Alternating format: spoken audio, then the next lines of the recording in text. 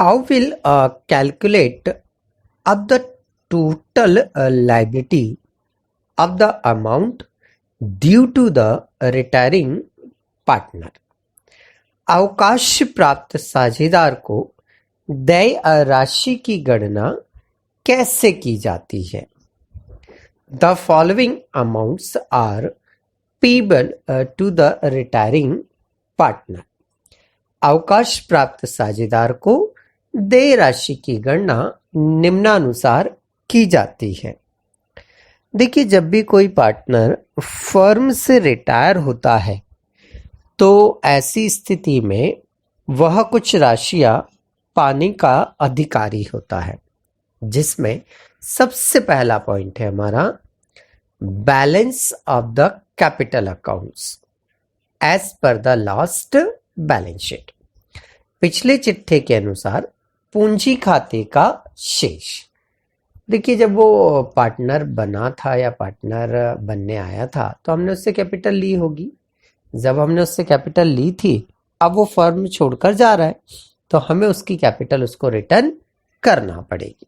तो पहला पॉइंट हो गया हमारा balance of the capital accounts as per the last balance sheet.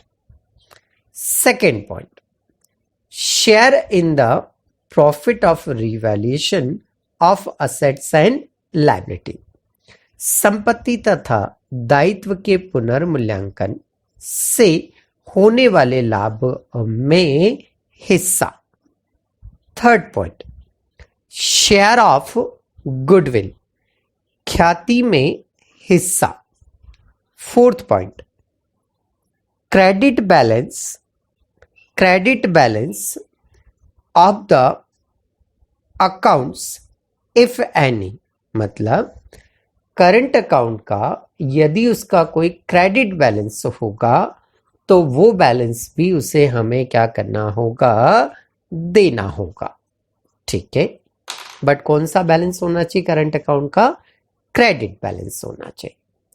Fifth point, share of undistributed profit.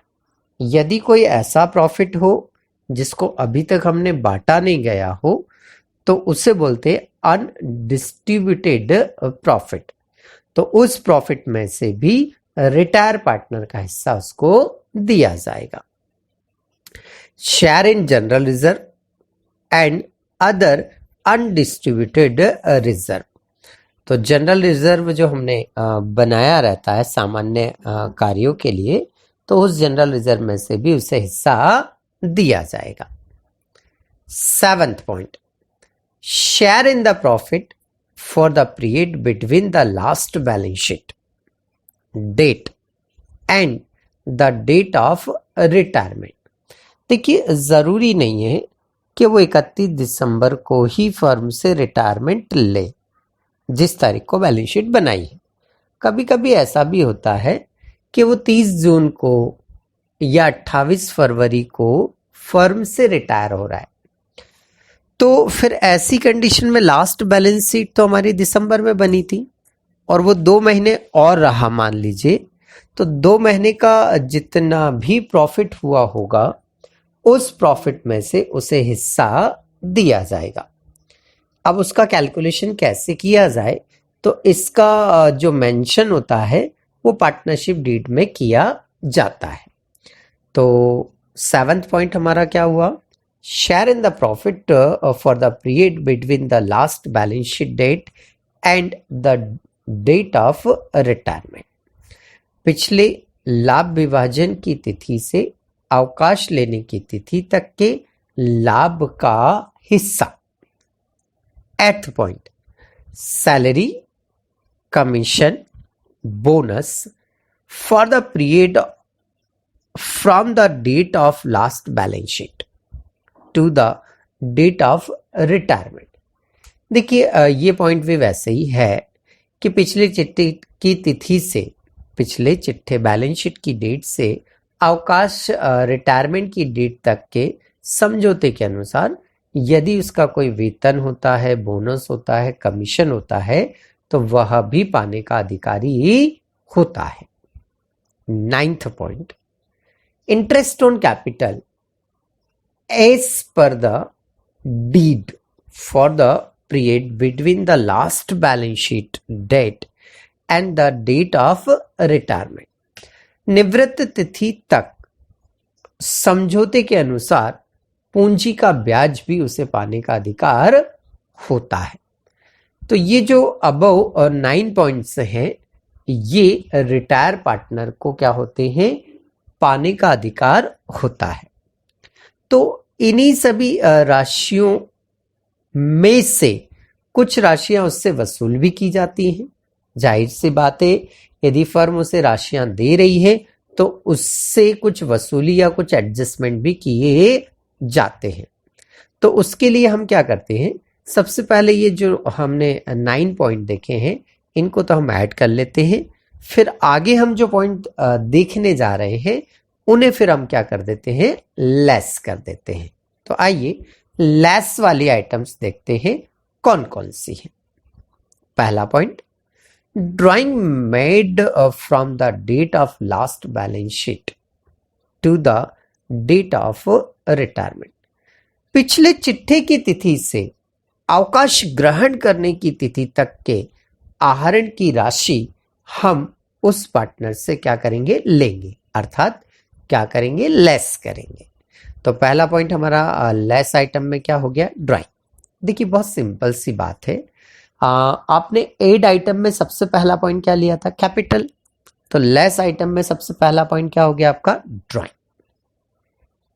फिर हम बात करें तो एड आइटम में करंट अकाउंट का क्रेडिट बैलेंस आपने ऐड किया था, तो यहां पर debit balance of current account क्या हो जाएगा, लेस। तो सेकंड पॉइंट क्या था आपका, debit balance of current account यदि है उसके चालू खाते का यदि डेबिट बैलेंस है तो वो लेस हो जाएगा। Third point, loss on revaluation of assets and liabilities. पुनर्मूल्यांकन से होने वाली हानि का आनुपातिक भाग। आप याद करो, आपने एड आइटम में रिवैल्यूएशन का प्रॉफिट लिखा था, तो यहां पर रिवैल्यूएशन का क्या आ जाएगा, लॉस आ जाएगा। Fourth point, share in the accumulated losses. Share in the accumulated losses. देखिए आपने एड वाले पॉइंट में देखा था कि शेयर इन अनडिस्ट्रीब्यूटेड प्रॉफिट, मतलब ऐसा लाभ जो अभी बांटा नहीं गया है। तो वैसे ही क्या होता है, लॉस में भी होता है कि कुछ लॉसेस अभी तक बांटे ही नहीं गए हैं, बांटना था पार्टनर्स में, बट पिछले वर्षों में उन लॉसेस को पार्टनर्स के बीच में नहीं बांटा गया, वो कहलाता है एक्यूमुलेटेड लॉसेस, अविभाजित हानि। तो ये हानि का भी एडजस्टमेंट उस रिटायर पार्टनर के एड वाले आइटम में से किया जाएगा, तो इसे भी क्या कर दिया जाएगा, लेस कर दिया जाएगा। तो ये हुआ हमारा share in accumulated losses, fourth वाला point. Fifth point, interest on drawing. आहरण पर ब्याज from the date of last balance sheet till the date of retirement. आहरण पर ब्याज यदि समझौते के अनुसार इसका पार्टनरशिप डीड में उल्लेख हो तो बकायदा आहरण पर ब्याज का भी एडजस्टमेंट ऐड वाले आइटम में से किया जाता है। एक बार फिर से हम सभी अमाउंट्स को दोहरा लेते हैं। ऐड वाले आइटम में सबसे पहला वाला पॉइंट क्या था, उसका कैपिटल अकाउंट का बैलेंस। दूसरा पॉइंट क्या था, share in profit of revaluation, उसके रिवैल्यूएशन प्रॉफिट में हिस्सा। तीसरा पॉइंट क्या था, शेयर इन गुडविल, गुडविल में हिस्सा। फोर्थ पॉइंट क्या था, credit balance of current account. Fifth point क्या था, शेयर ऑफ अनडिस्ट्रीब्यूटेड प्रॉफिट, अविभाजित लाभ में हिस्सा। सिक्स पॉइंट क्या था हमारा, share in general reserve and other undistributed reserve, सामान्य संचय या अन्य आंतरिक कोषों में भाग। सेवंथ पॉइंट क्या था हमारा, share in the profit, share in the profit for the period between the last balance sheet date and the date of retirement. पिछले लाभ हानि विभाजन की तिथि से पिछले लाभ हानि विभाजन की तिथि से अवकाश लेने की तिथि तक के लाभ का भाग. Eighth point, salary commission bonus for the period from the date of last balance sheet to the date of retirement. पिछले चिट्ठी की तिथि से अवकाश की तिथि तक समझौते के अनुसार देय कमीशन, वेतन और बोनस आदि. एंड 9th पॉइंट क्या था हमारा, interest on capital as per the deed for the period between the last balance sheet date and the date of retirement. साझेदारी संलेख के अनुसार पूंजी पर ब्याज. तो उपरोक्त 9 राशियों को ऐड किया जाएगा और इसमें से निम्न कुछ राशियों को लेस किया जाएगा. तो लेस आइटम में देखिए, सबसे पहला आइटम था हमारा drawing made from the date of last balance sheet to the retirement date. पिछली चिट्ठी की तिथि से अवकाश ग्रहण करने की तिथि तक आहरण की राशि में या आहरण की राशि. Second point, debit balance of current account, उसके चालू खाते का नाम शेष. Third point, loss on revaluation of assets and liabilities, पुनर्मूल्यांकन हानि में हिस्सा. फोर्थ पॉइंट था हमारा share in the accumulated losses, अविभाजित हानि का अनुपातिक भाग. एंड फिफ्थ पॉइंट था हमारा interest on drawing from the date of last balance sheet till the date of retirement, आहरण का ब्याज यदि समझौते में पार्टनरशिप डीड में इसका मेंशन किया गया हो तो इस तरह से इन 5 अमाउंट को लेस करेंगे. जो रिमेनिंग अमाउंट बचती है वो रिटायर पार्टनर के अकाउंट में क्या कर दी जाती है, ट्रांसफर कर दी जाती है, अर्थात उसे पे कर दी जाती है. तो इस तरह से ये प्रश्न हमारा यहाँ पर कंप्लीट होता है.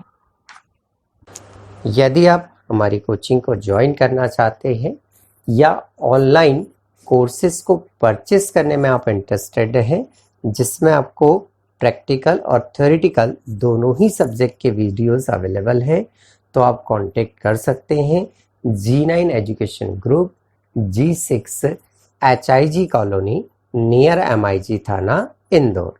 Contact number 9826421188. ये नंबर मेरा कॉल और व्हाट्सएप दोनों के लिए अवेलेबल है. आप G9 एजुकेशन ग्रुप के नाम से प्ले स्टोर से ऐप भी डाउनलोड कर सकते हैं. धन्यवाद.